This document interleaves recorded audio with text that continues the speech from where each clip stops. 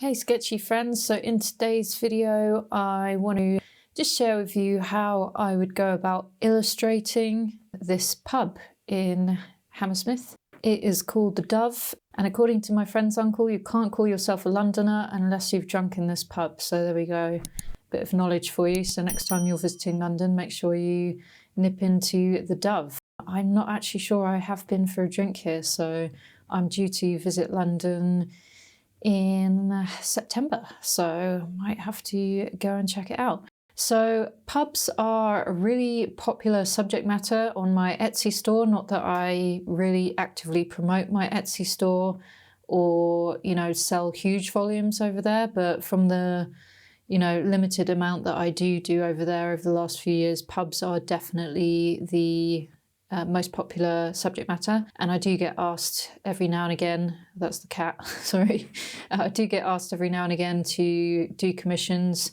It's a bit of a different thing from obviously sketching on location or whatever, but I really still love sketching from photos and specifically pubs and specifically scenes like this where it's like a real jumble of urban layers, layers of buildings and chimneys and TV aerials and trees and all sorts of things. It's just like a feast for the eyes, so it's just really fun. I don't get to sketch things from life like this very often because I don't live in the UK anymore, so it's still fun to draw from photographs anyway.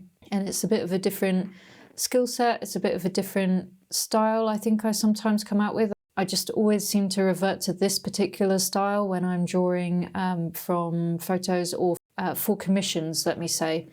This is kind of my natural style. On Patreon, my monthly membership, I play around a lot more and do a lot more experimenting, of which I have shared a bit on YouTube as well. But this, I would say, is my very natural drawing style. I am using my new favourite thing at the moment. I bought this a couple of weeks ago. It is a platinum preppy fountain pen. It was about $6 US. Bought it in South Africa.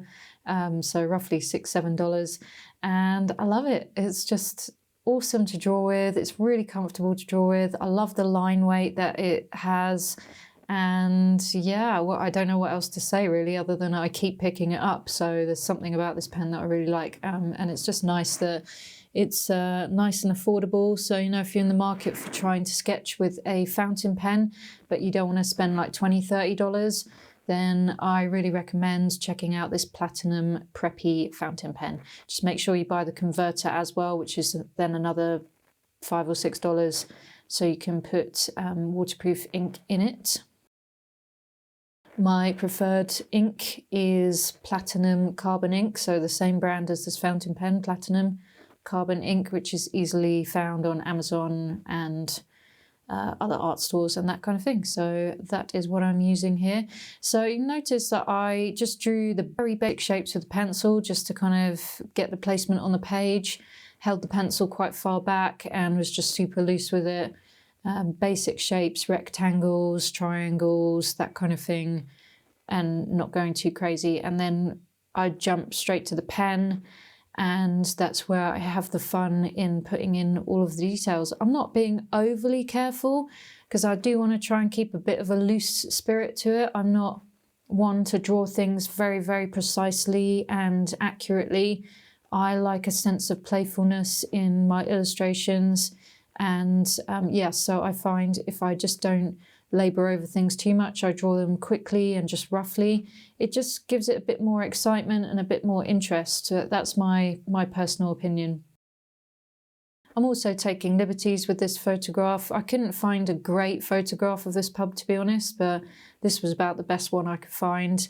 So I'm sort of taking liberties with it. I'm not drawing it exactly as I'm seeing it in the photo. I'm sort of editing the chimneys for sure, moving a bit of the background foliage, but hey, who cares? It's just my interpretation of this scene, and the most important part is the pub itself, which being fairly faithful to what it actually looks like. So even with the fountain pen, you can see I'm holding it reasonably far back just makes it easier to draw more flowing lines. If you're right on the nib, like as though you were going to write with the pen, I just feel like it's makes you tighten up, and you just can't sort of get those nice kind of lines that you can if you just hold it a bit further back. So do have a go at that. It might take a bit of getting used to. You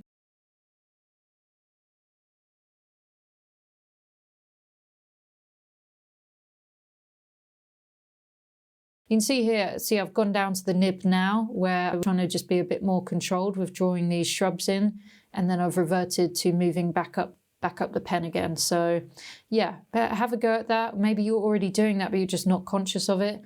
But it will definitely help sort of draw some more, flowing lines. So this illustration from the raw footage took me 1.5 hours. I have sped it up by 4 here, just so that you do not have to watch me draw this in real time.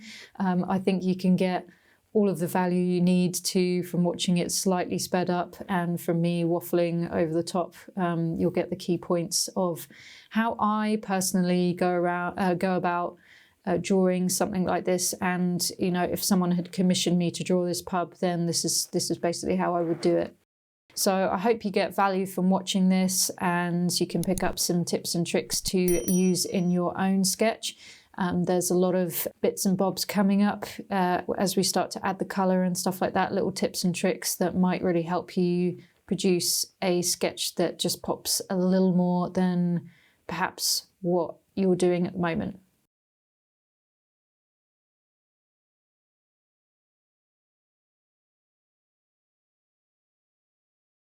So I'm just really drawing squiggly lines for foliage. I'm not spending too long on that because I know that I will sort of do the heavy lifting, or I'll produce more interest with the watercolour paint.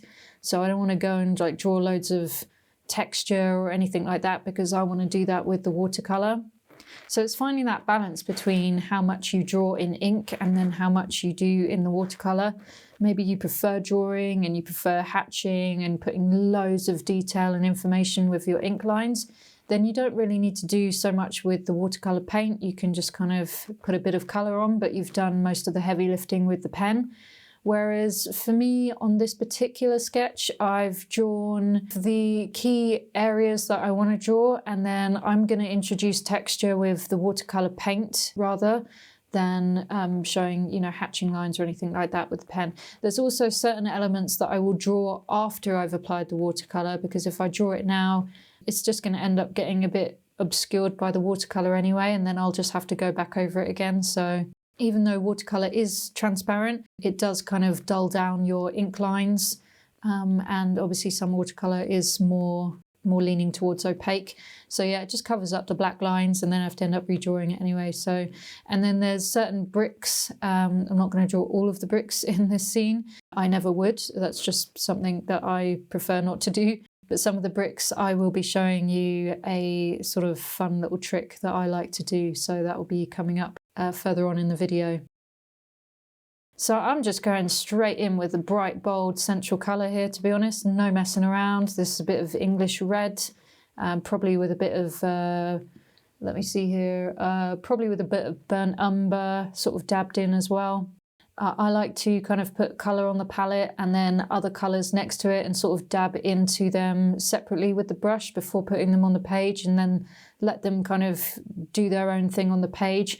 This is a mixed media pad. It's a mixed media paper, so it's not necessarily the best for watercolour producing its absolute magic that you might experience more on a watercolour paper, and specifically 100% cotton paper.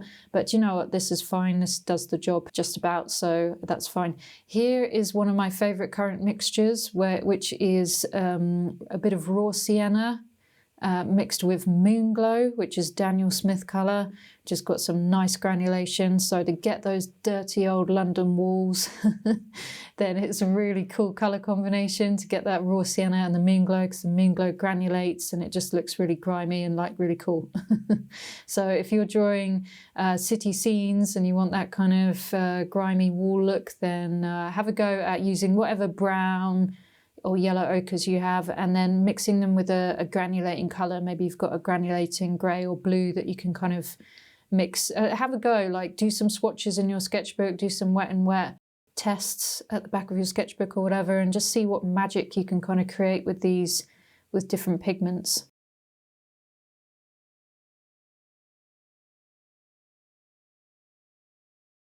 And over on the right here, I've just gone for straight up raw sienna, just to produce a bit of a different wall colour, just to show all the different layers. So again, here on this roof is something I particularly liked, which is using English red with a bit of moon glow. And again, that granulation on the top there with the pigments slightly mixing together, but also remaining separate. It just looks really, really cool. I'm all about that with watercolour. It just looks awesome. And it's a really nice way to get texture without having to kind of, I don't know, draw anything or put any hatching lines or anything like that. And so here I've just come in with a Payne's grey for the top of this this roof here. And I'm just knowing that I'm going over top of some of these things later on with like a white gel pen or whatever. So I don't mind that I've obscured my lines on there because I will pick them out again later on. And yeah, you'll see that in a bit. And for my dark colours, I'm just mixing a sepia, which is a dark brown, with ultramarine blue, and it just produces a really nice dark colour. And you can start to see the brown and the blue separate when you paint with it, and it's just a really, really interesting way to make like a dark grey or black kind of colour. It's just more interesting than using straight up Payne's grey or straight up black or whatever. And depending on how much water you use with it, you can produce a lightish grey or a very, very, very dark, almost black, if you're using mostly pigment and very little water.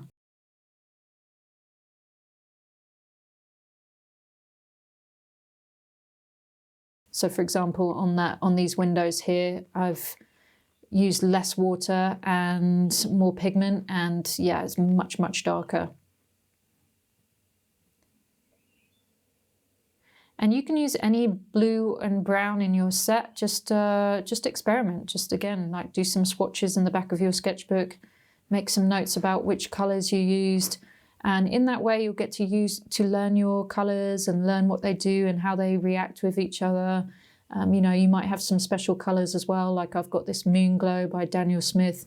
Maybe you've got some Schmincke super granulating colours or some other sort of special colours. So, you know, have a play with them and just see what they can do when you mix them and let them interact with other colours on the page. And then once you see that, then you can think about how you might go about applying that in a sketch or illustration that you're doing or want to do. So there's lots of like browns and greys and all that kind of thing going on in the scene. So it's really cool that there is some foliage in the photograph, so that just breaks it up a bit and adds a bit of a pop of colour. So I've just put a bit of Indian yellow on there, which has quite a lot of green in the pan, so it actually just looks like a bit of a light green.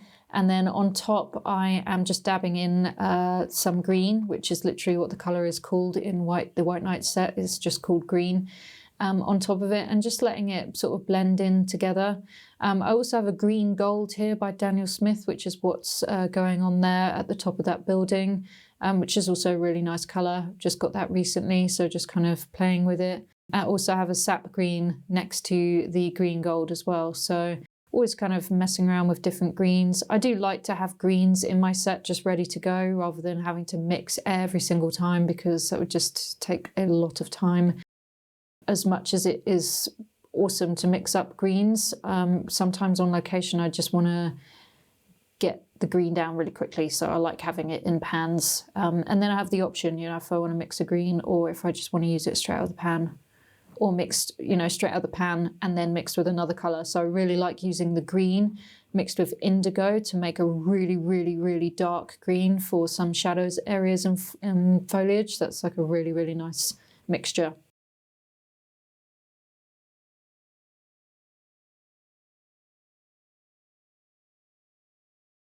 So I've just mixed up quite a dark, deep black with the brown, with the sepia and the ultramarine blue again to put on the sign of the pub there.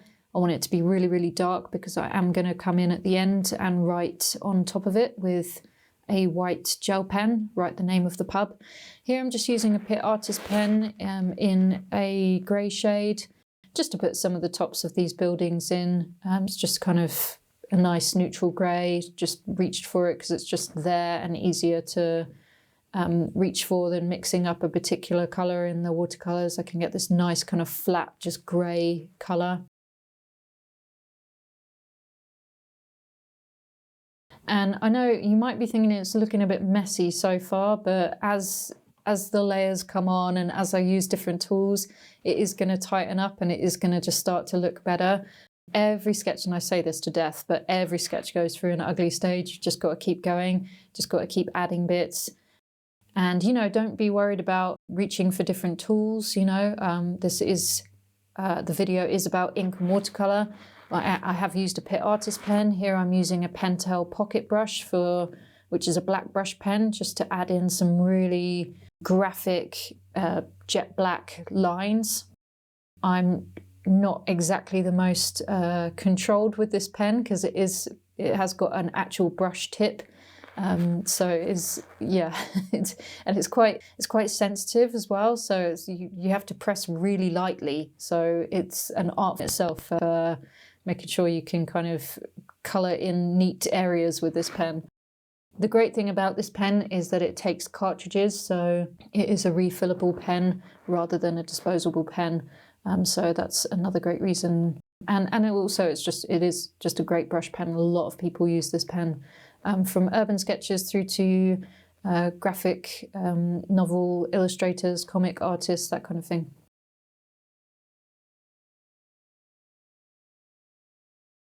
And there's nothing more contrasty than putting some jet black areas on your sketch, especially if you have some nice white areas as well. So yeah, it really just pushes the contrast up. I'm a really big fan of using a black brush pen, and I think I have been incorporating black brush pens into my sketches, yeah, since almost first beginning my my love of ink and watercolour sketching.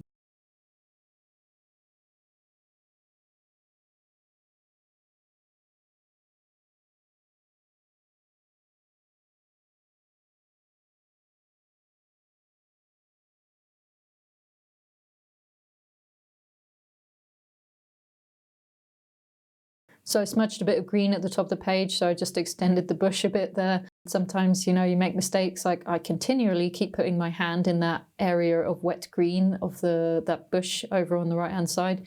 Yeah, probably at least 10 times doing the sketch I put my hand in that area. So now I am going back with my original fountain pen and just putting in some roof tiles. Adding these little details to finish off with just make the sketch much more interesting and more authentic. As you can see, I'm not being very neat. I'm just not a neat person. I'd rather just do it super loosely, and sure, the tiles might not line up very well and the spacing between the tiles is not even, but I just think that makes it look more interesting personally. And obviously the pub is the focus of the sketch, so I do want to make sure I put more of my detail into the pub rather than anywhere else. So in this back roof, for example, I don't bother drawing all the tiles. I'm just putting the horizontal lines in instead. Also, I don't want to cover up that beautiful granulation and pigment mixture that's going on the top of that roof there. I just think it's really, really nice.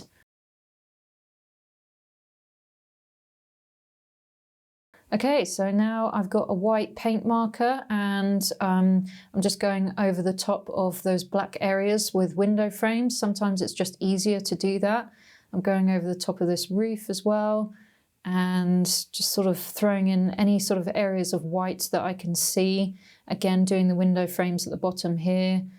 Just so much easier to draw them with the paint marker on top of the dark areas rather than trying to draw them in pen and then colour in the black squares and that kind of thing. So it depends, because I obviously did that above that in the bigger windows in the pub. So it just depends. If it's much smaller, then I do prefer just to go over the top with the white paint marker and it's just easier. Now this is my current favourite thing, is drawing bricks on dark brown walls with a white gel pen. I did a tutorial over on Patreon the other day where I did this maybe for the first time, or for the first time in a very long time. And it was the last thing I did, and it just absolutely lifted the entire illustration. A few of my patrons agreed. It was like the icing, absolute icing on the cake. It just made the whole picture. Otherwise it kind of looked a bit flat. So yeah, it's like my new favorite thing. So hopefully this little tip will be worth watching this video alone. So if you haven't tried that out, then do have a go.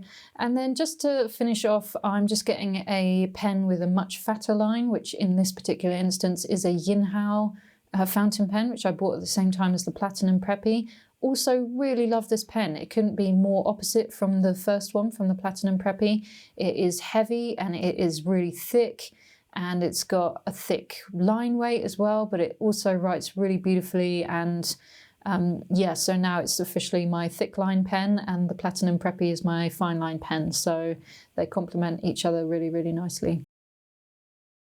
So adding some thicker lines to things in places just to make certain things stand out. Got to be careful with this step. Don't want to end up getting a thick black outline all the way around your sketch. But there'll be certain areas where you just want to thicken some lines just to create focus. So definitely anywhere around that pub, which is my focal point. I wanted to put some thicker lines there to separate it and bring it forward from some of the other buildings. Yeah, that kind of thing. And then this final stage, I'm using a couple of other paint markers, this red one and this pink one, just to dab on some flowers. Because the scene is quite browns and greys with just a bit of green, adding these few little pops of colour to show these flowers just really, really bring the sketch to life. And then very finally, just adding the writing on the sun with a white gel pen, and then going over the dove with the thicker paint marker just to make it stand out even more. But yeah, guys, other than just, you know, going around and adding a few shadow areas with one of my favourite tools to do so with, which are the Faber-Castell Pit Artist pens, mentioned them in numerous other videos. That is basically it. So I hope you have picked up some tips and tricks from this video. Do go and check out my Etsy store if you fancy getting a print from me. They're very well priced, I believe. And yeah, hope to see you down the pub for a pint sometime soon. All right, cheers guys. Thank you very much for watching.